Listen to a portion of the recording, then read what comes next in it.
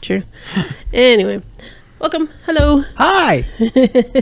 And I've kept count. This actually is episode 25. Oh, okay, yeah, because we thought it was 25 a couple episodes ago, and we realized, oh no, this was only 23. No, you corrected me on that, and I was like, oh, I was kind of bummed out. Well, now we have reached 25, so. Woo! Woohoo! Just hands. Wait. Nope. No. There you go. Yeah. What was on this one? Oh, that is useful. Oh, yeah. Seldom use it. I've forgotten what it was there. So, welcome. Today, we are going to sing the praises. Just real quick, welcome back. This is Discussions with Davis. I am your host, Mark Davis, and this is my wife and co-host, Beth. Just Yay! Beth. Just Beth. We kind of fell out of the habit. I was working on what I promised to do, the slideshows, the backfill from episodes 1 through 22, because 23 was our first video episode. Right. So 1 through 22 were only audio. So I was working on that, and it's like, hey, yeah, we used to introduce ourselves. Well, if we remember to, we do. Yeah. It's just sometimes we just start getting into it, and we just go. We just forget, yeah. Yeah. So today we are going to sing the praises of our. I think it's safe to say it's our favorite comedy group. Yeah. As a group, yes. Yes. Much the same way Mel Brooks was our favorite director, and director and creator. These guys, as a group, and really as individuals, individuals as well, they can light up a scene. The way Eric Idle just shows up in Chevy Chase, Vacation, National Lampoon's Big Vacation. I don't know. I never watched. It's like he gets ran over, and that's like one of the big scenes in the movie that people know. He's on a bicycle. They run him over. And he's like, "Oh no, I'm fine." It's like right around the same time as Big Ben, Parliament. They get stuck on a turning circle. Oh, okay. And the true guy's just like European Big Ben. Vacation. Yeah. Okay. Big Ben, Parliament. Oh, I mean, everyone likes them, but I've just never really been a fan of the vacation movies. No, I was just saying that even a mediocre, even a kind of meh movie can be kind of spiced up by throwing one of these guys in the mix. Yeah, when, of course, we were talking about Monty Python. Yeah. And, I forgot my phone. I'll be right back. Edit. We'll edit that out.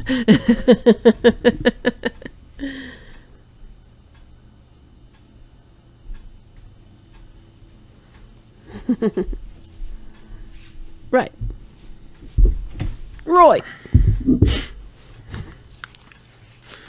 Right. Take two. Just take two. Parker. Yeah. Then thank you for that brief intermission. Yes, on all of our previous episodes where I've had to use intermission, I've used that music, the intermission music from Holy Grail. We went to see Spamalot many years ago, and during the intermission, I was very disappointed that they didn't play the intermission music. Harumph, I say. It would have been perfect. I want to talk to the editor. The director. Sound. Whoever chose the score. Yeah. Mm-hmm. So I wanted to bring so I can repeat all their names because I can never remember all of them. John Cleese, Eric Idle, Michael Palin, Graham Chapman, Terry Gilliam, and Terry Jones. How do you do that? I've been watching these my whole life. My parents watched Monty Python, so I've been watching Monty Python my whole life. See, this is why I say, I've said it a couple times now, and it's still true. Your parents were cooler than mine. Yeah, they were. Yeah. Well, see, the thing about Monty Python is you either absolutely love it or you don't understand it and you think it's like the dumbest thing ever. There's not 100%. really a gray area there. And when it comes to satire and absurdists and absolutely surrealists, surrealism as a whole, as a concept is, yes and no. You either love it or hate it. Yeah. There's not a whole lot of gray area there. And a lot of British comedy especially is very dry. Subtle. Yeah, but the subtleness makes it funnier. Yeah. In my opinion. So, yeah. It's kind of like, the old vaudeville acts where you've got the eccentric and the straight man. Abbott Costello. Yeah. Abbott was always the straight man. Well, the thing is, British humor has just the straight men. Just a group of straight men going about being in a very, or it's more like Maxwell Smart. Just, very, very silly things that they did, but they appear very... Everyone's got a straight face. Well, see, that's how I always felt. It's absurd scenarios, but everyone's got very serious about it. Yeah, but that's how I always felt about Rowan Atkinson as well, because he is so composed. You see him in interviews. He is composed. He is well-spoken. The most British man alive. British man you've ever seen. But put him in that brown blazer and those brown slacks, and he's just the craziest thing in the world. But he's so amazing. I mean, only that man could drive his car from a recliner on top of his car. Because he just really wanted to. It's not that he couldn't fit in his car. He just wanted to drive his recliner home. Yeah. Hey, anything to skip the delivery fee. Yep. Yeah, because he had a small little Fiat, didn't he? It was a Mini. It was a Mini. He had one of the original Minis. Of course, it was one of the originals. So it was, 70s? 70s, yeah. And these guys here, I looked up earlier, from the Monty Python's Flying Circus ran from 69 to 74. And the movies kind of sprinkled in years down the line afterwards. And I can't remember. That is, we also have... I was looking for the case to something completely different to see which year that was. That's right. Yeah, this is, this is like the perfect introduction right here, because this is really kind of a best of the Flying Circus. Yeah, the Flying Circus sketches. Yeah. And they've been redone. It's not like you just picked it up there, put it in there. They reshot them. Yeah. Polished them up, and they made them look really good. Yeah. This is the one I remember watching. That one and Holy Grail is the one I remember watching as a young kid. And I remember watching this at my grandma's house. And she's just sitting behind watching me watch this, and she's like, "Your parents let you watch this?" It's like, "Yeah, why?" No reason.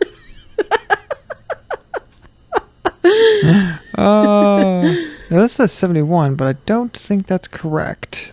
Might be. Well, the show ran until 74. Got your phone there, look it up.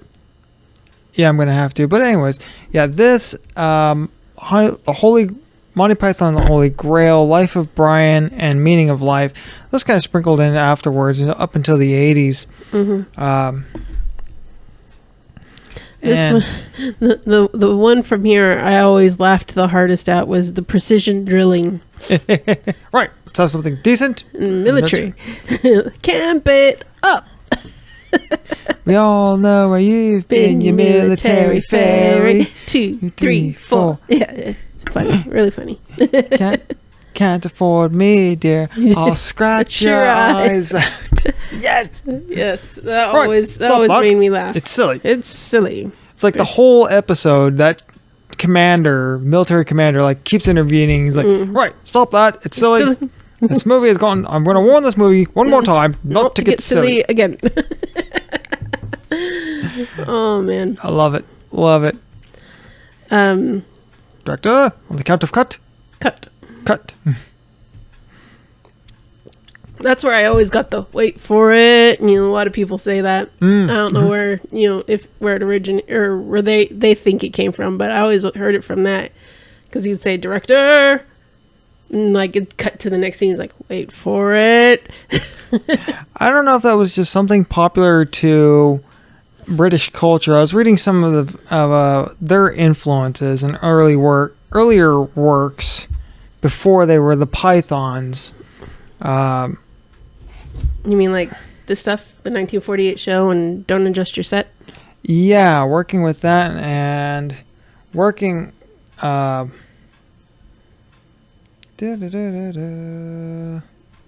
before the idea of the Python-esque comedy, absurd comedy existed, Jones and Palin met at Oxford University. They was talking about the shows they used to watch, Peter Sellers and things like that. Yeah, because they're kind of like in two groups, because John Cleese and Graham Chapman went to school together, and Eric Idle and Michael Palin went to school together. Yeah. And somehow they all met up. I'm not sure where Terry Jones and Terry Gilliam came from, but... Oh, here it is. I found it. The show director, Ian McNaughton, the first discussion of the idea of the show, Monty Python's Flying Circus, was a result of BBC Comedy's advisor Barry Took bringing the Pythons along with John Howard Davies, the director of the first 4 episodes, and McNaughton together into one conference room at the BBC Television Centre. The Pythons had a definite idea about what they wanted to do in the series. They were admirers of the works of Peter Cook, Alan Bennett, Jonathan Miller, and Dudley Moore on a show called Beyond the Fringe. The seminal to the British satire boom, and had worked on Frost, which another show, which was similar in style, but they also enjoyed Cook and Moore's show, entitled Not Only, But Also. Sounds like a very British thing. Not only that, but also. Like, see here. Now, see here. And another thing. You know. Yeah. And then there was TV shows such as The Goon Show, Q, which I want to know is, I don't think John DeLucy was on that one. No. Q from Star Trek. Star Trek joke, yes. It's okay. I got it. Okay. Other people might not. Right. Yeah, if you haven't been watching, if you don't know who Q is, you're not watching enough Star Trek. And I'm sorry there's that void in your life, man. Yeah. I'm sorry. But it's okay. There's a solution to this. It's on every streaming service. Pretty much, yeah. Or you can just go to the library. It's free. Or even on Pluto. Yeah, it's on Pluto, which is dang near free. It is free. Yeah. As long as you got, your TV. If you got a TV and Wi-Fi, yeah. Yeah. But anyway, So anyways, yeah, those were some of the things that inspired them. I was trying to learn more about them before we came onto this, but I flaked. So we're weaning it. Yeah. Yep. Weaning it slightly. But it's there's been a busy so much to while for us. But there's so much to say about them,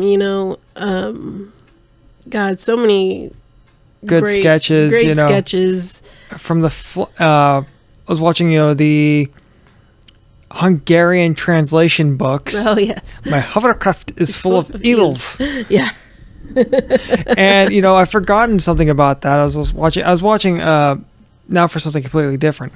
Mm-hmm. It's like, when it reaches its midpoint and the Hungarian guy reaches over and punches the tobacconist. Yeah, because you said something out of from the phrase book.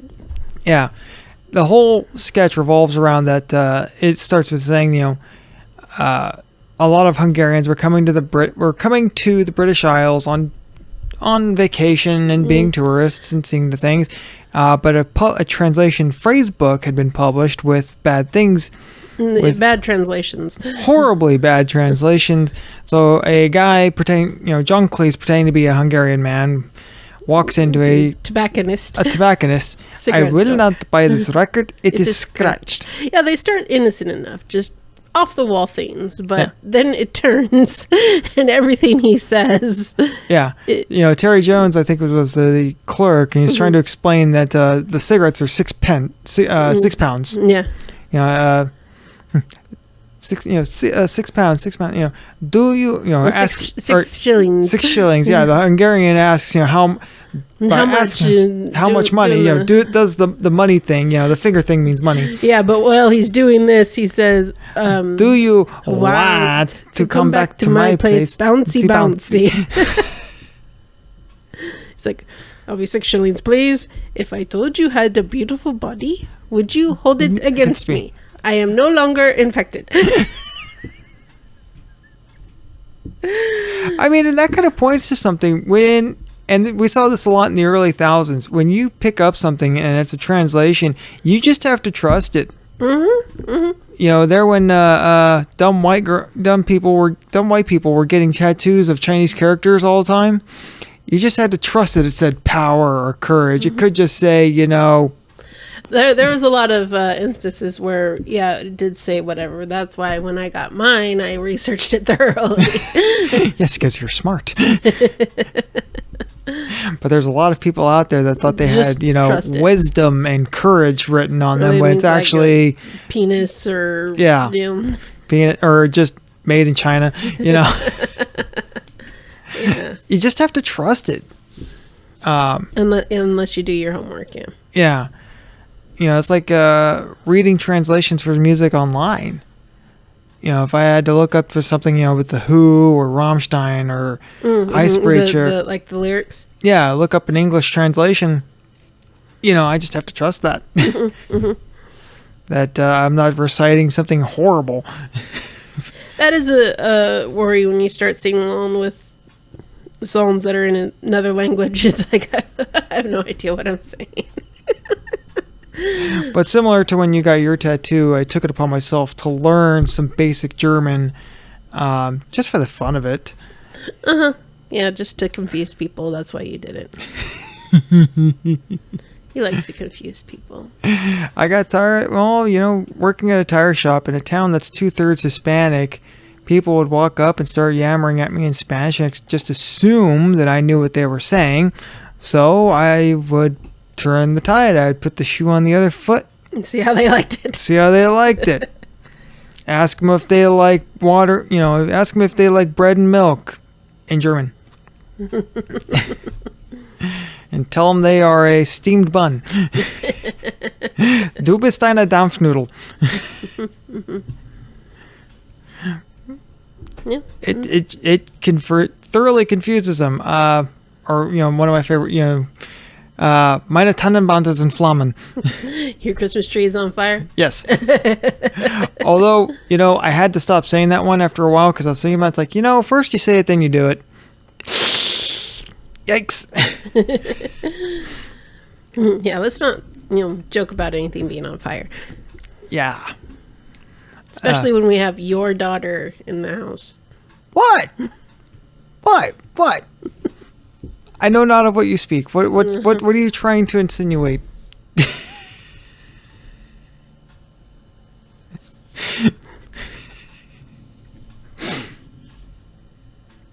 Nothing. What? Moving on. Hey, look, Monty Python stuff. What was, I already said that I grew up watching these. What was your first introduction to Monty Python? Do you remember? Yeah. Early 20s, I think. Dad and I had started getting movies from the library. Going down to the library and renting us up some movies. Pure white trash. And, in the age of the DVD, we were renting VHS from the library. And that was our high-tech entertainment. And I think I just kind of picked one up at random, or he did, and we watched it. And that kind of started the ball rolling for me. Around the same time I was watching that, I also saw Hitchhiker's Guide to the Galaxy. The original BBC show? Yes. I think I kind of picked that one up randomly. I think we still have it. Yeah, we do. I picked it up from the library randomly, watched it, didn't understand what I was seeing, why it kept recapping every so often. I didn't understand that was originally a made-for-TV miniseries. So those recaps that were like every hour, half hour into the movie, every half hour in this movie, it's like, oh, those were the commercial breaks or the episode capping. You starting the next episode. Last time on Dragon Ball Z. Yeah, it'd be like watching a movie made from Dragon Ball Z episodes. Yeah, except longer actual content. More power-ups. Yeah, less power-ups. Depending on which saga. True. But getting back to the meat and potatoes here. Yes. Well, it's quarter till the hour, and I think it's just about time for our penguin on top of our TV to explode.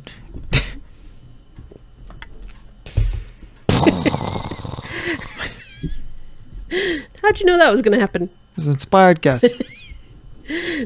See, I got this. This is an exploding penguin on top of a television set, which is from one of the sketches. One of the best sketches. One of my favorite sketches. We quote it a lot. We quote this all the time. And one year for Christmas, my mom was telling me, she's like, I got you a really good Christmas present. And I was like, well, which one is it? She's like, I'm not going to tell you which one it is, but you're going to know it when you open it. And that like added a lot of pressure to me. It was like, okay, she thinks this, I'm going to really, really love this Christmas gift. What if like I open it and I don't have that big reaction she was hoping for? And like, she just gets really disappointed. So I was like, just kind of going through my presents with that in my mind. And then I opened this one and I knew exactly that this was the one she was talking about. And I laughed so hard. Oh, man. Because it's two little old ladies played by Graham Chapman and John Cleese. Oh, my God. They spent half their time in drag. Yeah. And the... because it's funny. Oh, the woman. Oh, I can never remember her name. That's the one I can never remember. Yeah, every once in a while they did have a role for an actual woman, and they needed a good-looking one, so...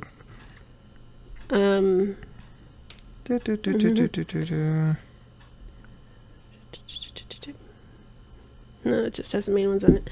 But anyway, they do have a very good-looking woman working for them, but she was too pretty to play some of these roles. So she played Deirdre in the Arthur Pewdie sketches.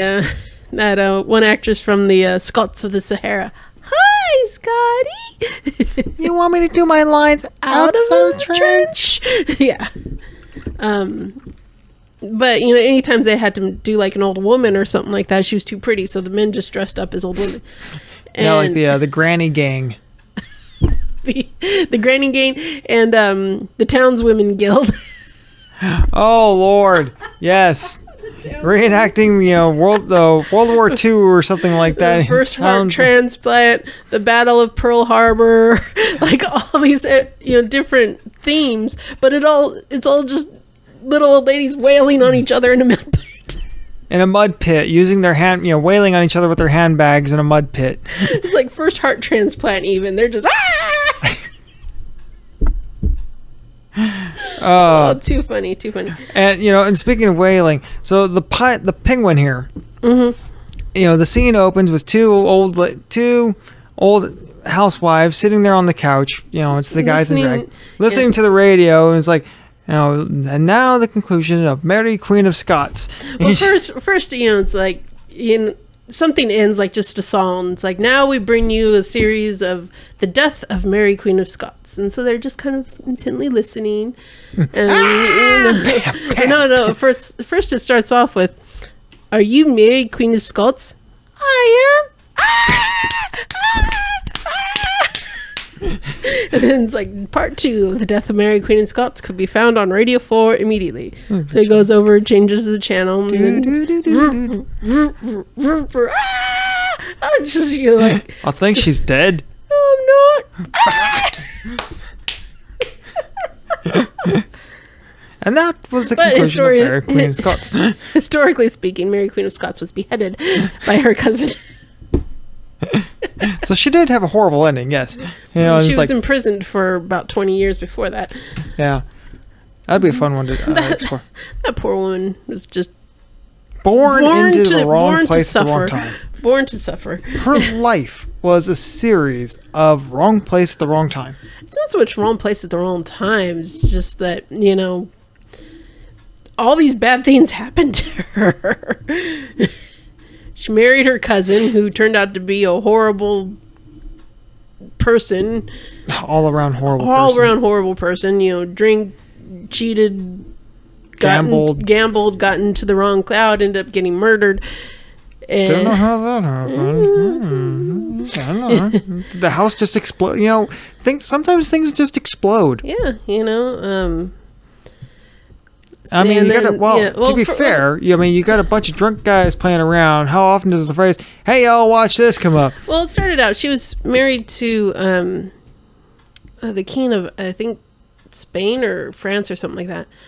And he died. Her original husband, who she was betrothed to, died. And his mother made it very clear that Mary was not welcome there anymore. So she's like, okay, well, I'm still the Queen of Scotland. I'll just go home. Yeah, somewhere in France. Yeah. King of somewhere in France. Burgundy or something. Something. I'll have to look it up. So she goes home, and everything is kind of switching from Catholicism to being Protestants because of Queen Elizabeth and Henry VIII. Yeah. And so she was... Tudor dynasty there. Yeah, the Tudor dynasty. So she was incredibly Catholic, and so there was a lot of mistrust, a lot of, you know, I don't know about this. Catholic, you know, orange and green, Catholic, Protestant, holy war going on. So, yeah, pretty much from the time her first husband died until her beheading, you know, all those time later, it was just bad. It was just all bad. Just a series of, you know, she just couldn't get a break. She really couldn't. But anyway, we're not talking about Mary's Queen of Scots tonight. No, so the radio program the two gals are listening to ends, and the radio explodes. I mean, it's time for the Radio 4 to explode. And so because the radio station exploded, the radio explodes. And then one turns to the other and goes, we'll have to watch the telly then. Yeah, so they get up, turn the couch around, I dream a genie with a light brown and turn on the TV and start watching something, and just, what's that on top of the television? Looks like a penguin. Looks like a penguin. Funny, that penguin being there, ain't it? Oh. No, at first it starts out with, what's on the television? Looks like a penguin. No, I meant, what's on the television sketch? What program? Oh, yeah. But so they start talking about the penguin, how it got there, and like they're arguing with each other, and how it could be, where it came from, how it got there, you know, whether or not it's a male or a female. It's like just them arguing the whole time, and it's brilliant. What if it got out from the zoo? It had property of the zoo stamped on it. You don't stamp a lion. You stamp them when they're small. No, but what happens when they melt? Lions don't melt. No, but penguins do. Ha! There, run circles around your logic. We can just quote Monty Python for days. So yeah, that's where this came from. Because at the end of the sketch, the man on the television goes, "Now it is time for the penguin on top of your television to explode." And yeah. How did he know that? It was an inspired guess. Yeah, the guy on TV says it was an inspired guess. It's so silly. And somewhere in there, they talk about, it's like, oh, how would I know that? I'm not bleeding Dr. Bronofsky. Why would he know? He knows everything. Oh, I'd hate that. Take the fun out of life. Mystery out of life. One of my favorite lines that's in that sketch, though, is, "Oh, Intercourse the penguin." I haven't used that at work yet, but I have successfully used Burma. Why'd you say Burma? I panicked. It's a good way to stop an argument. I mean, the other day, Steven, you know, he heard me. He's like, "You all right, Burma?" Another one I love to use is, you know, Patrick falls into that hole. From Patrick, are you all right? Finland. It's just, you know, that kind of mad, sad absurdness. And you inject that into your day, it'll really confuse your coworker. Yeah, and you'll be laughing because you know they'll still be confused for long after the conversation. Now, the Black Knight there, another famous icon, still referenced in popular media today. Oh yeah, tis but a scratch. It's just a flesh wound. I move for no man. Dun dun dun dun dun dun dun dun. Yeah, he's got detachable limbs. Yeah. He had a sword, but I think Lily lost it or broke it or something like that. We'll have to keep an eye out for it. Yeah. Well, this is from Monty Python and the Holy Grail. King Arthur is in search for the Holy Grail. This is the best movie of all time, in my opinion. I know that's a bold claim. Bold claim. In my opinion. Yeah. Yeah. Well. Preface it there. It's so iconic. It is so iconic. And so genius. And for being made with, duct tape and zip ties. Basically, was this the first movie they made? I believe so, yes. I think so. Yeah. So, and, bless them, they're filming this in horrible conditions. They... Like 2/3 of the movie happens in one castle because that's all they can afford. More than that, 9/10 was at the only other castle they was used for one scene at the very end, and only one horse. That's what led up to Patsy and the other ones clapping with the Yeah, when you ever see somebody being followed by a little helper with coconuts clanging them together, that's from that movie there. Yeah, or any reference of coconuts being a horse. Yeah, that's from this, and that's what led to them having Patsy because they couldn't afford a horse, and they just put it into the as part of the movie. Because there's a whole scene about it's like, where'd you get the coconuts? Ridden on a horse, you're using coconuts. We found them in Mercia. Coconuts are tropical. This is a temperate zone. But if Mark mentions a scene from the beginning of this movie, it's bad, because I will finish the movie. How important is this movie to popular culture? Weird Al references it in White and Nerdy. Yes. Mm-hmm. I can quote the whole thing right now. I have you RTFOL. Yeah. Bam. Yeah. So if it's good enough for Weird Al, right. There you go. But yeah, I have memorized this. Yes, you have. And I can quote the whole thing right now. Well, that song, Mr. Al, that's our anthem. Thank you. There you go. Right. Fluent I haven't learned JavaScript and Klingon, but I'm working on it.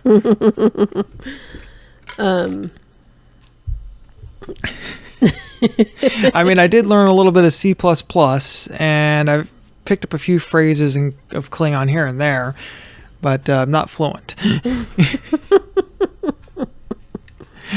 Is there a word in Klingon for loneliness? Oh, yes. Here it is.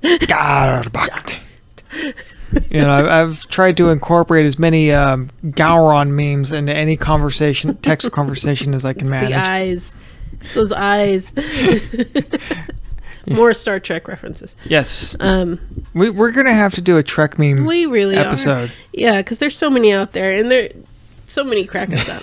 So especially the meme where it's like, I don't know whether to be more ashamed of the fact that my dad just came into my room and yelled at me in Klingon and told me I was or that I understood that he told me I was a disgrace to the Empire. And then somebody at the bottom, picture of Gowron stares in Klingon. It's like, I think you should be more embarrassed that you're an embarrassment to the Empire. Glory to the Empire. But yeah, this was my introduction to Monty Python, is the Holy Grail. This is the one my parents watched all the time. And so I started with regular episodes. The Flying Circus. Yes. Yeah. And this is only 2 of them. There's 4, 5. There's like six of them. These little box sets right here. There's so many. And these here, down here, do not adjust your set. Now we were talking about the Mel Brooks, 48 show, and that has Marty Feldman in it. So a little bit of a tie-in crossover there. And on that, they did one of the sketches. A lot of what happened in these 2 shows made their way or inspired, a lot of what came to be in Python. One of those was the Yorkshireman sketch. Your old dad's poorer than my dad, or my dad's poorer than your dad. Yeah, that whole thing, which and that's apparently that is a thing that if people from Yorkshire are do just like that. Yeah, And the funny thing is, it's three guys sitting at a table drinking tea. And they're very well dressed. And wearing suits. They're smoking cigars. They're well off. Yes. They're well off now, but their dads. Talking about their childhood, 25 of us living in cardboard box. Dad come home from the pit, kill every one of us every night. Luxury. Yeah, no matter how bad it was, mine was worse. Yes. Yeah.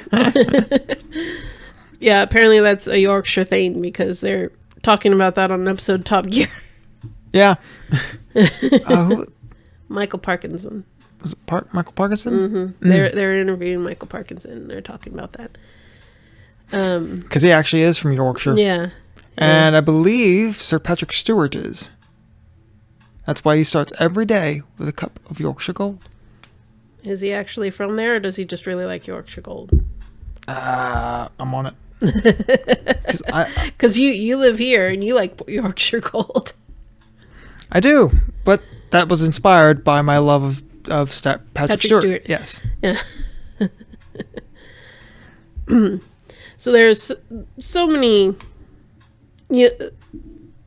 One that's referenced all the time from the Flying Circus is, anytime anyone doesn't expect something.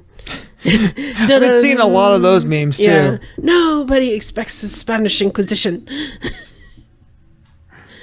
Which yes. 1940. So he is from Mirfield, West Riding of Yorkshire. He is a Yorkshireman. He's quite Yorkshire. Dad had job in Pitt. Get job in Pitt too. And he plays a French man on Star Trek. Oh God! And the story behind that, why it is he doesn't really have a French accent. He's got an English accent. Yes. Well, he did one, a very bougie.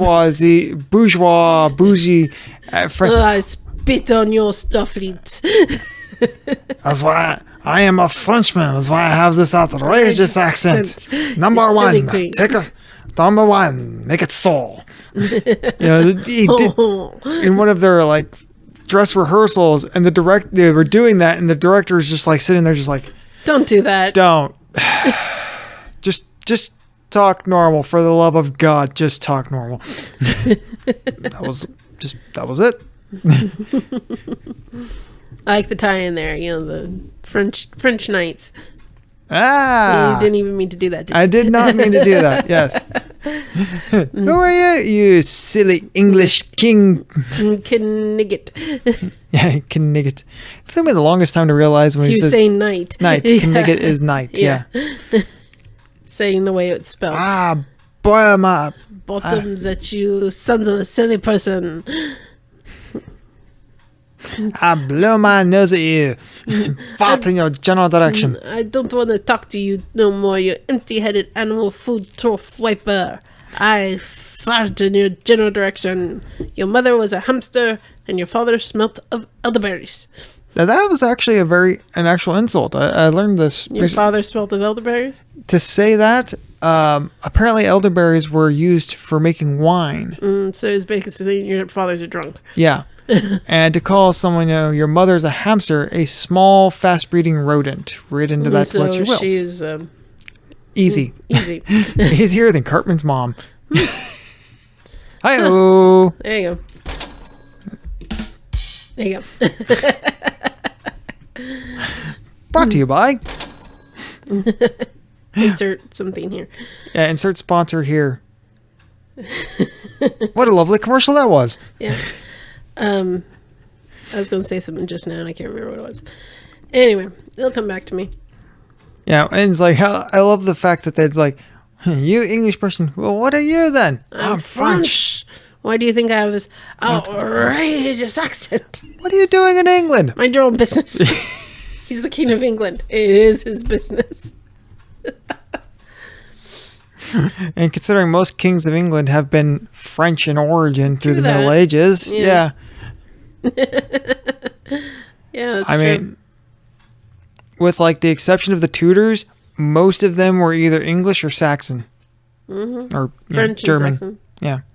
Mm-hmm. I'm sorry, French or French or vaguely German. Saxon. That's why they're called Anglo-Saxons. Well, fun little, you're getting a lot of entertainment and history here. There you go. That's what we do.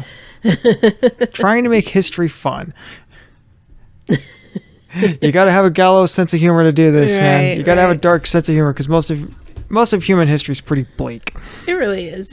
We're really good at killing each other.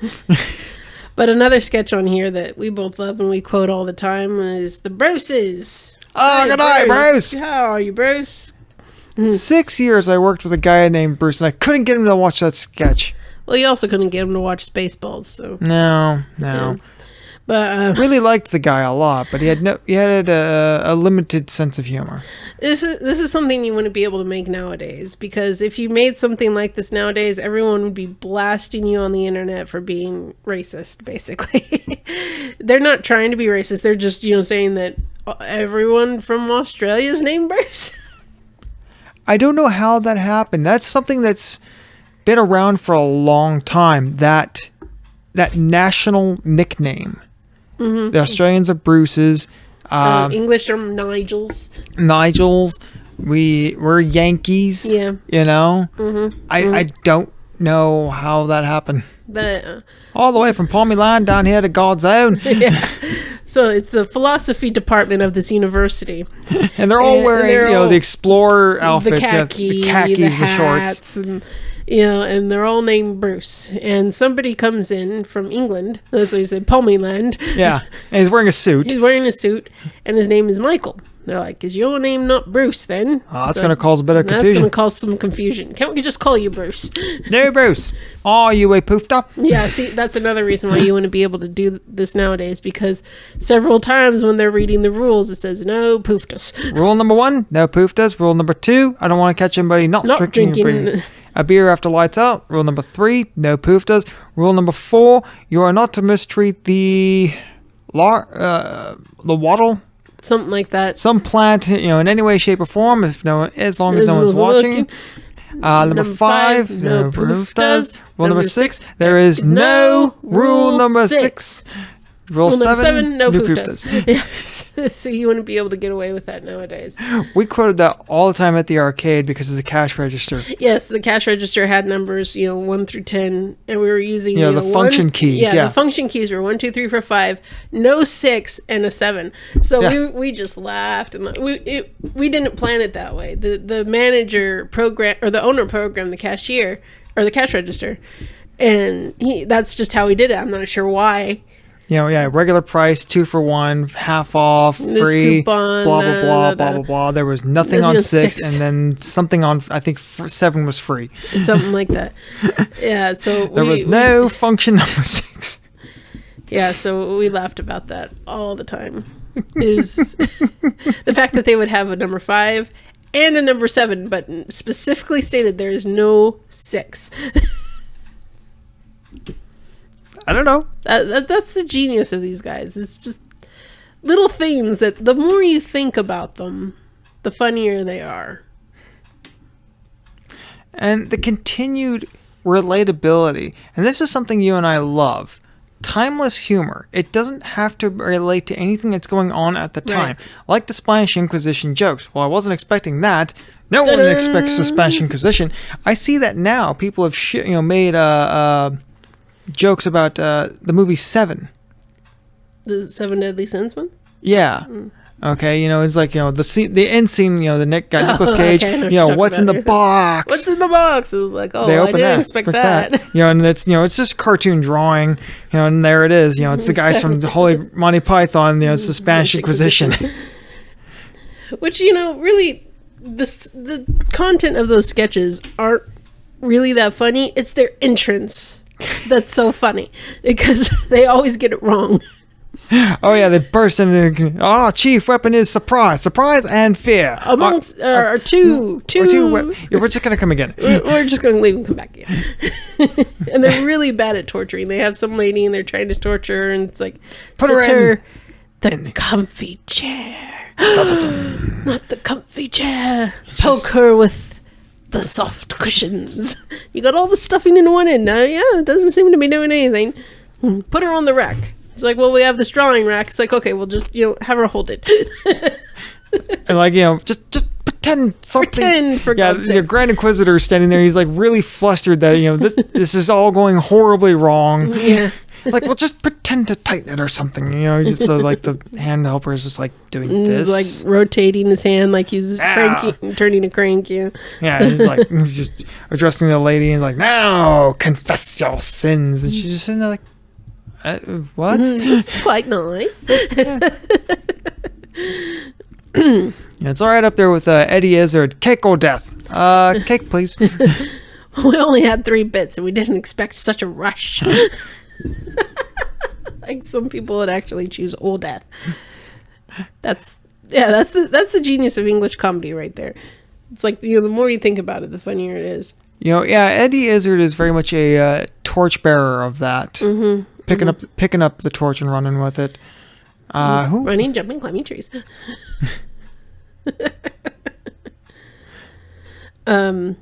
I feel like that's from one of his bits, but I can't remember what. No, he's talking about when he was a kid, he wanted to go into the military because it's, running, jumping, climbing trees. Don't know if he would have done too well. You're not allowed to bedazzle your camo. There was a episode of Animaniacs where they think they're going to like a summer camp, but they go to boot camp. Oh no. And so Dot's like looking at her, camo and her fatigues and everything. She takes out a can of spray paint and spray paints her boots pink. It's like, there, that's better. Well, you got to girl it up, man. Mm-hmm. Mm-hmm. But I have a funny story about Holy Grail. I got a lot of stories about Holy Grail, but my senior year of high school, I was in a mythology class, which was a really good class. It was fun. The teacher was great, and for some reason I ditched about a third of the semester. But wish I had had a mythology class. I got stuck with mathematics. I got lucky because my brother took this class, when he was a senior, and he had the same teacher, and he's like, if you get the chance, get mythology with Mr. Sheets. Mr. Sheets was awesome. He looked like he was out of Greek mythology. He had the curly hair. Looked like Socrates. Yeah, he did. He was bald on top, curly, the monk's crown hair, and he was just so easygoing, and so it's like whatever, It's like he taught well, but he was just so easygoing. Like one time, a fight broke out in his class.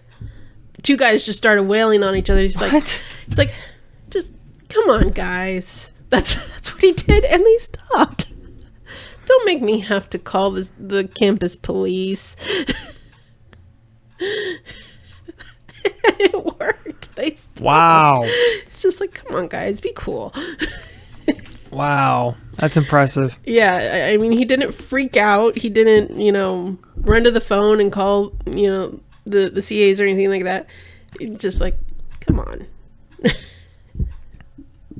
But anyway, so we went through a lot of things in that class. We went through Greek mythology and one other thing I can't remember. But we ended the semester with King Arthur. Learned about King Arthur, read Once a Future King. It was ultimately an English class, so we read lots of books. But the last day of school, he brought in Holy Grail for us to watch. And apparently he did this, every year. So me and 2 other class assistants, the students that go there to help out, as an elective, were probably the easiest way to get elective credits. It really was. But we were all excited. We pushed our desks right up to the TV. Back when they had the TV, you'd roll in on the big cart that was ratchet strapped down. 90s kids, yes, represent. Yeah. So we pushed our desks right up to the screen, and we were just we were quoting everything that happened before it happened. Everyone else in the class was like, "Guys, shut up!" But we were having a ball. Everyone else in the class is just totally not paying attention. I could see the 3 of you just down there singing along to "Bravely, Bravely, Bravely, Brave Sir Robin." we were having so much fun. And I was talking to one of my other friends in that class, and he didn't get it. He's like, why do you think this is so funny? It's like, why do you not? How could you not? So I was trying. Like, I'm sorry, there's a hole in your soul. It's like I was trying to explain to him why I thought this was so funny, and he just didn't get it. I was like, well, I just think it comes down to, this is comedy that the more you think about it, it's funny. And apparently thinking hurts your little head. Oh. Gonna need some aloe on that one.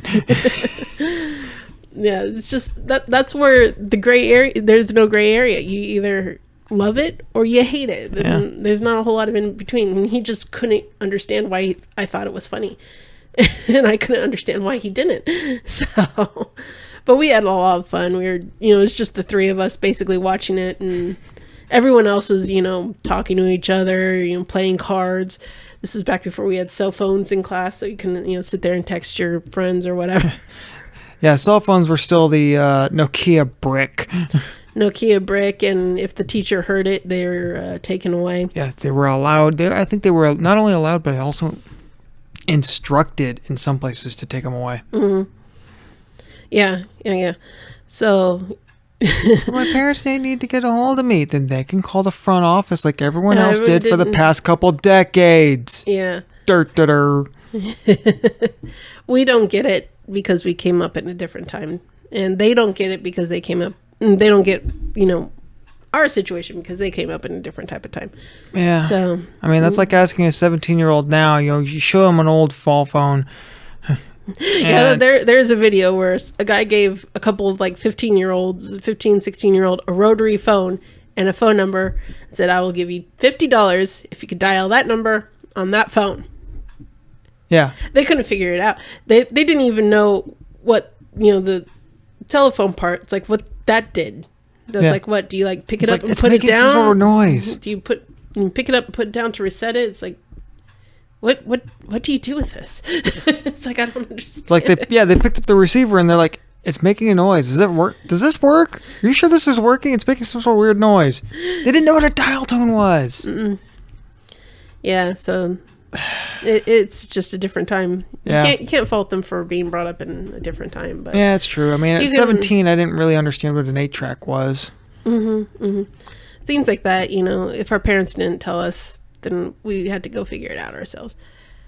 I had this record player in my room when I was a kid, a vinyl record player. It was my parents' old hi-fi. It had the record player. Styling, baby. Had the record player on top. It had the tape deck in the front, the AM/FM radio, and on the side was 8-track slot. So it was. You had everything. Yeah. So, but it was my parents from the 70s or 80s, and they gave it to me. See, that was one of my goals when I got my room at my dad's house and I started getting a little money on my hands, was to be able to play. At one point I could play any medium you could throw at me except for reel to reel. I had an 8-track player, and on top it had a turntable on top of it, but I don't remember if it worked or not. So I got another one, stacked that on top of it. It had the dual tape deck with equalizer, AM/FM, and had the 3-speed 78, 45, and 33 cassette player on that.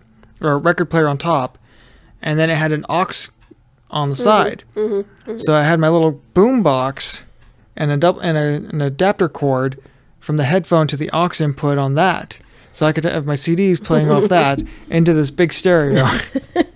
It's like you had quite the setup. Bring it on, baby. Pick a decade, I could play it. Anyway, I still want to set that back up when I get the studio set up. Mm-hmm, my outdated technology corner. Well, I mean, you're in the process of making your physical media library, so yeah, I'm gonna get that set up. And now I'll have to find me a reel to reel just to complete the set.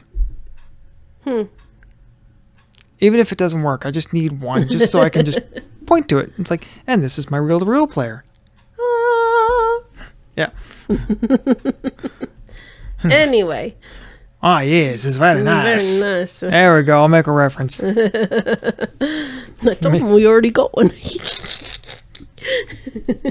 It's the French Knights again. I think everyone knows the French Knights, especially the I fart in your general direction. I got you a pair of boxer shorts that said that once. Yep. Back in the day when we first started dating. On the back it said I fart in your general direction. You should make at least some pants to say that. Because that girl, oh my goodness. She's our Lily Tudor. Lily Tudor, yes. But she probably has stomach problems. A lot of autistic children have gastrointestinal problems. Yeah.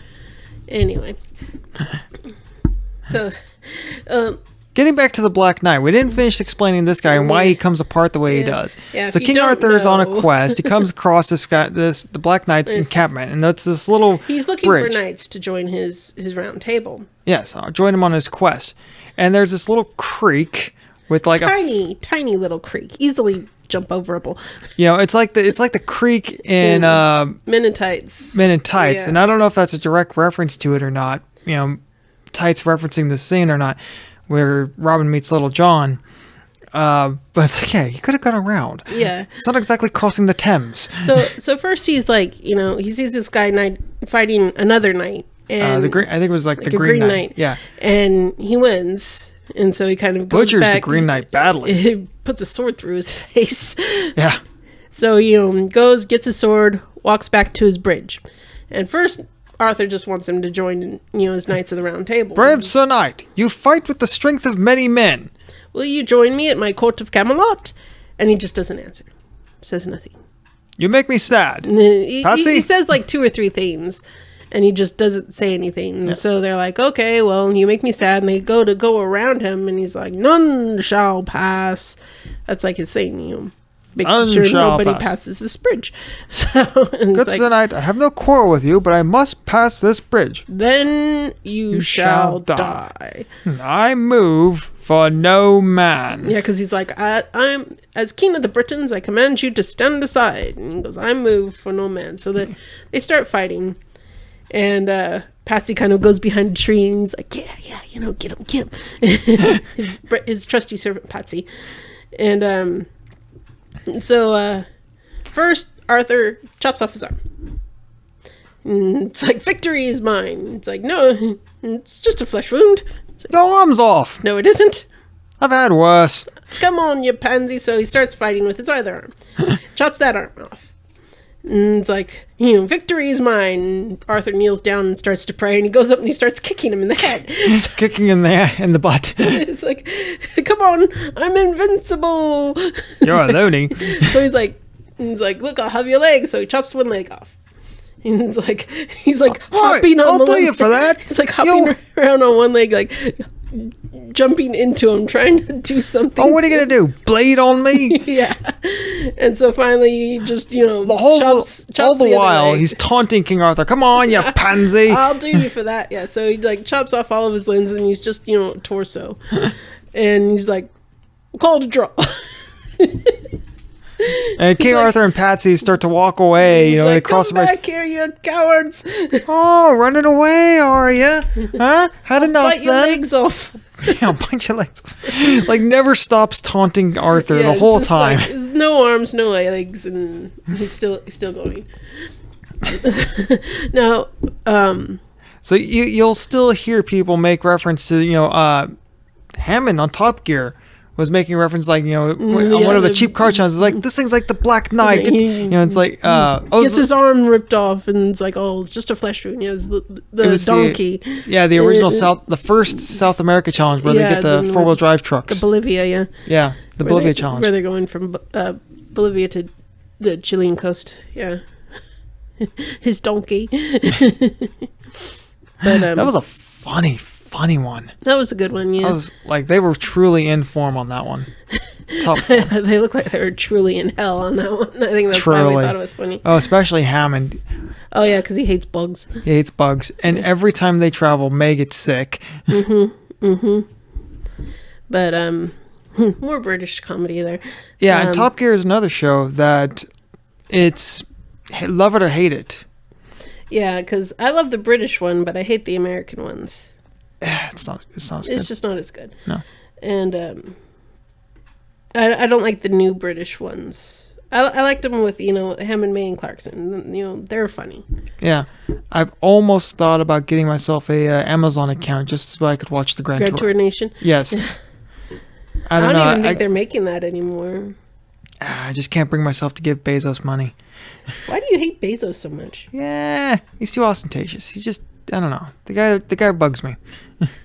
He looks like a Bond villain.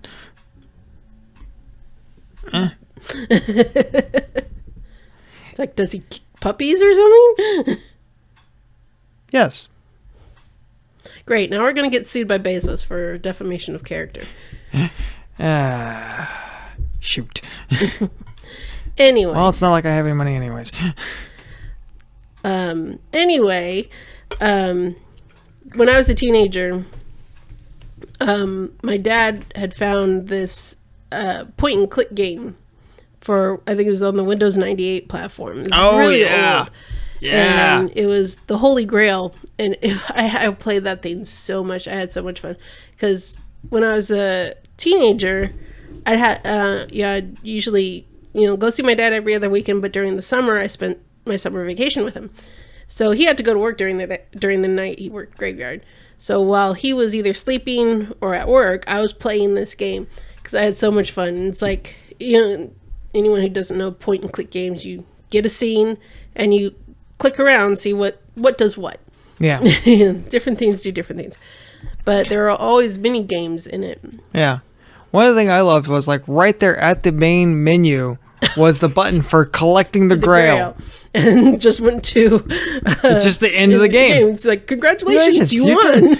You found the grail. And then there was another... It'd close out the program. Yeah. And there was another button that said, watch the movie. And it played like the entire movie, like super sped up in the course of like maybe 30 seconds. But then you go and play the game, like it starts... every scene you went into, you had to play the mini game in order to go to the next one. But there's all these things you have to collect. And just random things you can click on, like Eric Idle in the Bring Out Your Dead scene. Yeah. Just have them saying all kinds of different things that rhyme with Bring Out Your Deads. Like make up your bed. Scream out for bread. Please don't eat lead. I said what I said. Hot dogs. Get your hot dogs. They said, please don't eat lead. Eat here instead. Hot dogs. Wait. Be nice to Fred. Who's Fred? I don't know, but you're supposed to be nice to him. All right. Well, keep an eye out for that. So, yeah.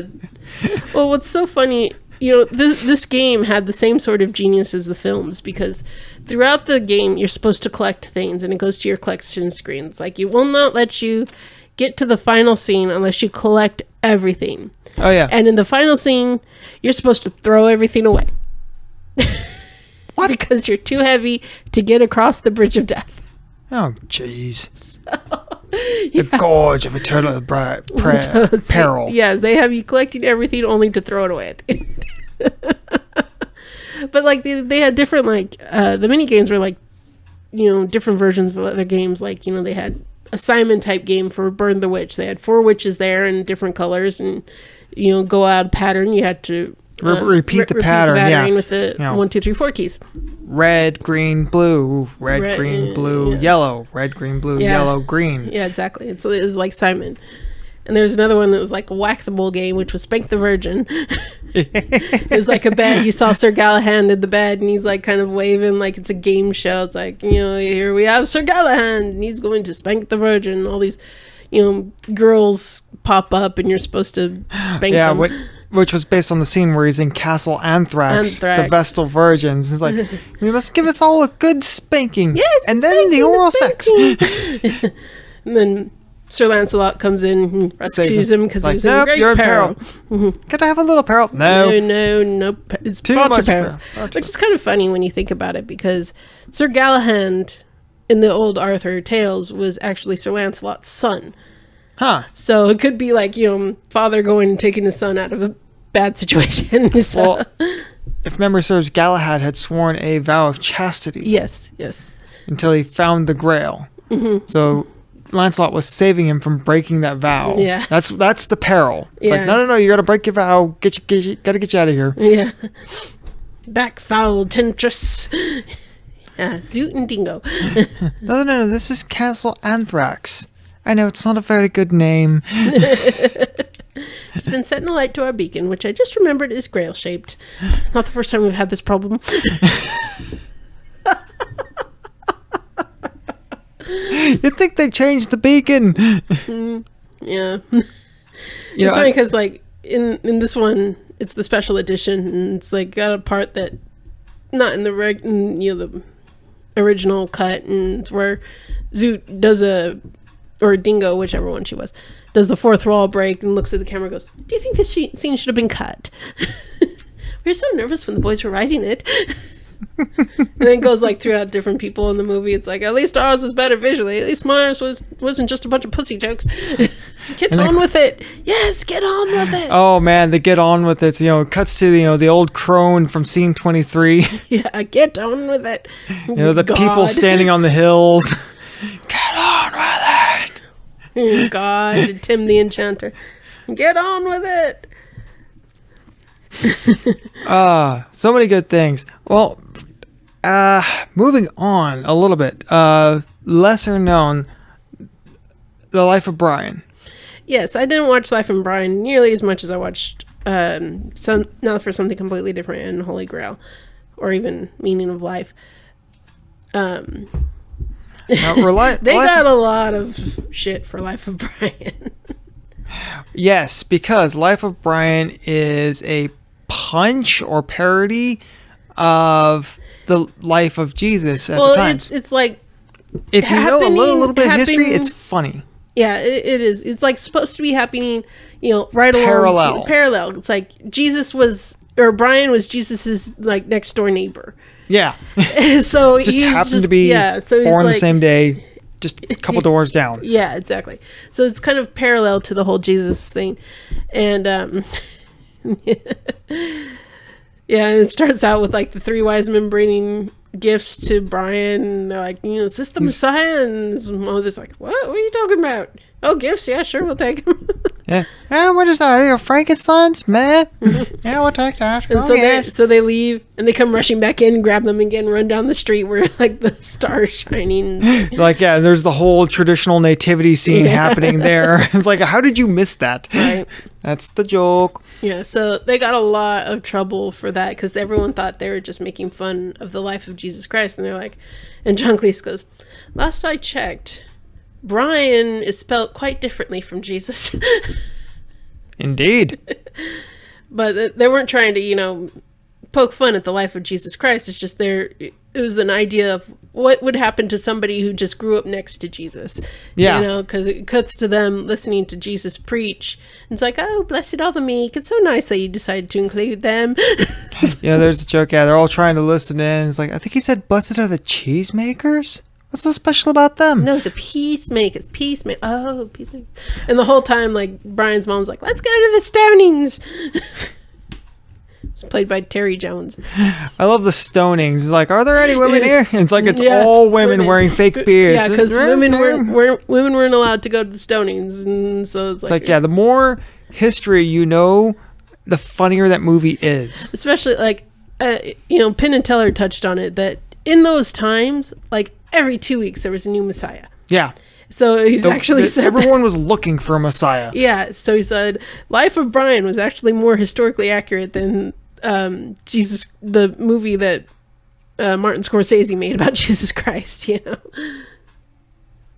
I can't remember the name of it either, but Greatest Story Ever Told? Probably, yeah. Okay. But anyway, yeah, Martin Scorsese made a movie about the life and times of Jesus Christ, and he's like, actually, the Life of Brian was more historically accurate because there was like a group. He's like running from like the Romans or something like that who want to put him back in jail. So he's pretending to be a street preacher and he's just spouting out bullshit. But there's like this line of different preachers. It's like, it's like Preacher's Corner in New York City. Just everybody up there on their stone block soapbox. You're just spouting out crap. Yeah, so he goes and kind of blends into them to get away, but people start listening to what he's saying, which is just, random stuff, yet not even sure what he said, and they're like, he's the Messiah. And it's like, so they start this just big love each other, be nice to one another. Yeah. So this big group of people like chase him down, wanting to be his disciples. But yeah, so everyone was looking for a Messiah around then. So yeah, they were just about as Messiah happy as we are today. Everyone's looking for the second coming of Christ, and there are dozens of Christs around the world right now. Yeah. Capitalizing on that. Yeah. Fun note, his name was not Jesus. The letter J didn't exist in the time that he was alive. His name was more likely to be Joshua. So, have fun with that. We're not going to get into picking apart the inaccuracies in the Bible today. It's just too damned easy. But, so yeah, they got in a lot of trouble for that because everyone who didn't watch the movie. If you think about it for 5 seconds, they didn't it's hilarious. They didn't watch the movie, but they felt the need to damn the guys in Monty Python for making that movie. Yeah. That really, really kneecapped their efforts. But as a movie, it's so funny. You've got, he gets in trouble for, they're uprising against the Romans. Yeah. He thinks he's Jewish. Turns out he's half Roman.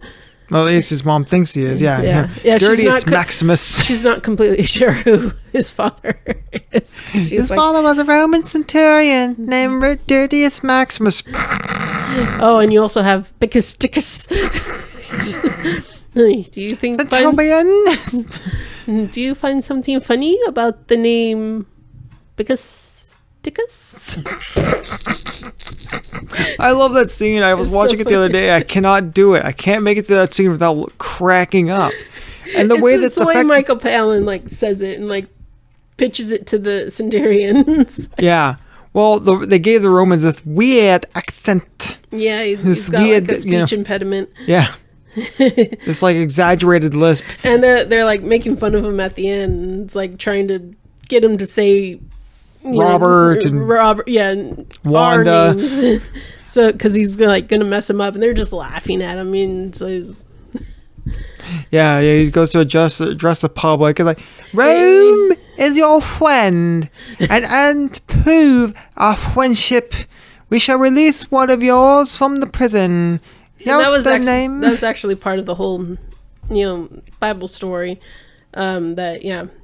That was tradition that, on Passover, one prisoner got to go free. Yeah. And so they started spitting out all these names that aren't really people who are going to crucifixion. They just wanted to hear this guy say it and laugh at him. And then this girl who has been involved with Brian comes up and is like, give us Brian. It's like, Brian? Do we have a Brian? We do have a Brian, sir. Yeah, well, at first he thinks they're putting him on, so he's like, no, John Cleese is the guy. Actually, we do have a Brian, sir. Very well. Shall we release Brian? And then they go to release Brian and turns into Spartacus. It's like, who's Brian? I'm Brian. Yeah. Everyone except for Brian trying to, because Brian was being distracted at the time because the radical group that he had been part of, he thought they were coming to save him, but turns out they come out and say, we, accept you as a martyr for our cause. Good job. Way to go. Yeah, and then there was the crack suicide squad who comes up to him in full armor. They lift their armor and stab themselves and die. So, all these people that he thinks are coming to save him are of no use to him at all. And then the movie ends with one of the greatest songs. Always look on the bright side of life. Yeah. Life's a piece of shit when you look at it. Life's a laugh and death's a joke, it's true. Yes. It's a grim scene. All these people are up on crucifixes being crucified. And they're just singing, dancing, singing the song. Life is on you. So always look on the bright side of life. Yes. It's really funny. And people who read the Bible story think that, crucifixion was, just reserved for Jesus and like the two. Oh no, it's terribly common. It was like the way of execution for the day. Another great historical joke in there is like, do we have any centurion? Do we have any crucifixions today? 120, sir. Yeah, 139 today, sir. Special occasion, Passover. Well, it shall be 140 then. Yeah. And it's like, okay, crucifixion today. Okay, right. Crosses on your left. Crosses over there. Line on your left, please. All right, crucifixion. Yes, please. All right. Crosses over there. Yeah, they're being shuttled through the through the tunnels underneath the palace to their crucifixion. The guy's like doing this like an airline stewardess, to the left, run cross each. Eric Idle plays this character who like pops up throughout the whole movie. He's just making jokes. Like the whole thing is just a laugh to him. And he comes up to this guy who's like got his checklist on his clipboard, and he's like, "Oh, okay, crucifixion." He's like, "Nope, freedom. Freedom, yep. Free. Yeah, I'm supposed to go free today." It's like, yeah, I didn't do anything. Well, it's like, I'm just joking with you. Yeah, crucifixion. Yeah, cross over there, line on the left. I got it. Yeah. Goes and picks up his cross and starts walking away. And he's the one that actually claimed to be Brian that got released at the end. And they're like taking him away to release him. He's like, I was just joking. He gets released anyways. And I love that, he gets mixed in with the group that's trying to get Rome to leave. The Romans go home scene. The graffiti. Oh, yeah. It's like, what is that? Then he gets caught by the two guards. It's like, it says Romans go home. No, it doesn't. Has him translate it into Romans. Like, conjugate the verb. Yeah, he makes them fix his grammatical errors. Translate it into proper Latin. Romanes ite domum. Yeah. Like, what's the word for the like twisting his ear or grabbing his arm or something, just torturing him like a teacher. Is like, domin. Yeah. So they make him graffiti the correct way of doing it 100 times, and then they arrest him. Well, no, he's like, do it 100 times. You stay here, make sure he does it. And like, they finishes it, so those two guards leave. And he's just kind of standing there looking. Yeah, okay. Two other guys walk by, and then they see him and try to arrest him. And just for madness, while he's being chased by these other guards for graffitiing Romanes ite domum, he gets abducted by aliens. I don't remember that part. It only happens for like 30, a minute in this chase scene. He gets gets abducted. And he's in the spaceship, and the spaceship's being shot up by another spaceship, which crashes. So they end up crashing, and he flees the wreckage of the ship, and there's the group of followers trying to get him again. He's like, Yeah, so they're bringing attention to him while he's trying to get away. They're chasing him. He ends up like jumping down this hole with this old man who's he accidentally steps on his foot and makes him cry out, and breaks his vow of silence. Made a vow of silence, and made him scream in pain. So he's like, you made me break my vow. I've been sitting in this hole for 40 years without saying anything. I'm sorry. I didn't hear anything. He's like, shh, keep down. It's like, I've kept it down for 40 years. I'm gonna jump and sing. And it's like, no. So he gets arrested and crucified.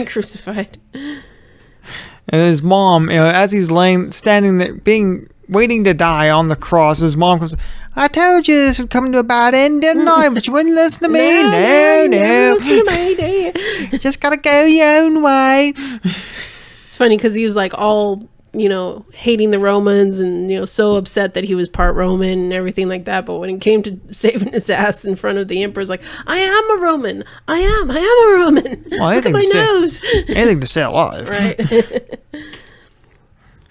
Oh, that's one of my favorite scenes. But what have they really done for us? Oh, there's the roads and the hospital. Yeah, but what have they done for us? The aqueduct? Oh, yeah, the aqueduct. Yeah, that's good. I mean, but what have they really done? At least it's safe to walk at night. Yeah.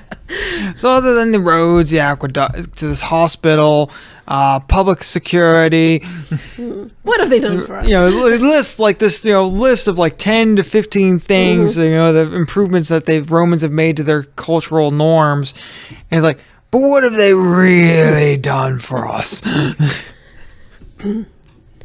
And then you've got the Colosseum sign. They're like, well, I thought we were the Popular People's Front. No, he's over there. Yeah, they had a name who was very similar to a really popular like radicalist group, and there's just like 3 guys in this one. Well, there was like 10 radical groups. It's like there's the People's Front of Judea, and there's the Judean Front of People. Yeah, they're all with the same like 3 words, just in different orders. It's awesome. Yeah, Life of Brian was good. It wasn't as good as Holy Grail, as my opinion, but it was still really good. And so I think it was just different. Yeah, it was different. It was less sketch based, and I think that's what makes it seem that. Well, okay, Holy Grail is, I'll contend, it's sketch comedy around a plot line. Mm-hmm. Yeah, because they put it into different sections. A Tale of Sir Galahad, a Tale of Sir Lancelot, a Tale of Sir Robin. Yes, it's a collection of things. Whereas Brian is one continuous story that has a lot of slapstick madness in it. Yeah, it's a different format they went with. So, yeah. Well, also by that time, the whole concept to them was getting old. That was Meaning of Life. Meaning of Life was like them barely hanging on, just really done with the whole Monty Python thing. They didn't really want to make this movie. It was like kind of a last ditch effort to save the franchise, and they're all just done. Yeah, a lot of them were looking to move on to other projects, more serious acting.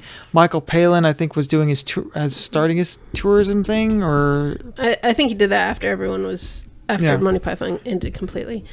And Whereabouts Unknown or something like that. I think it's called. I can't remember.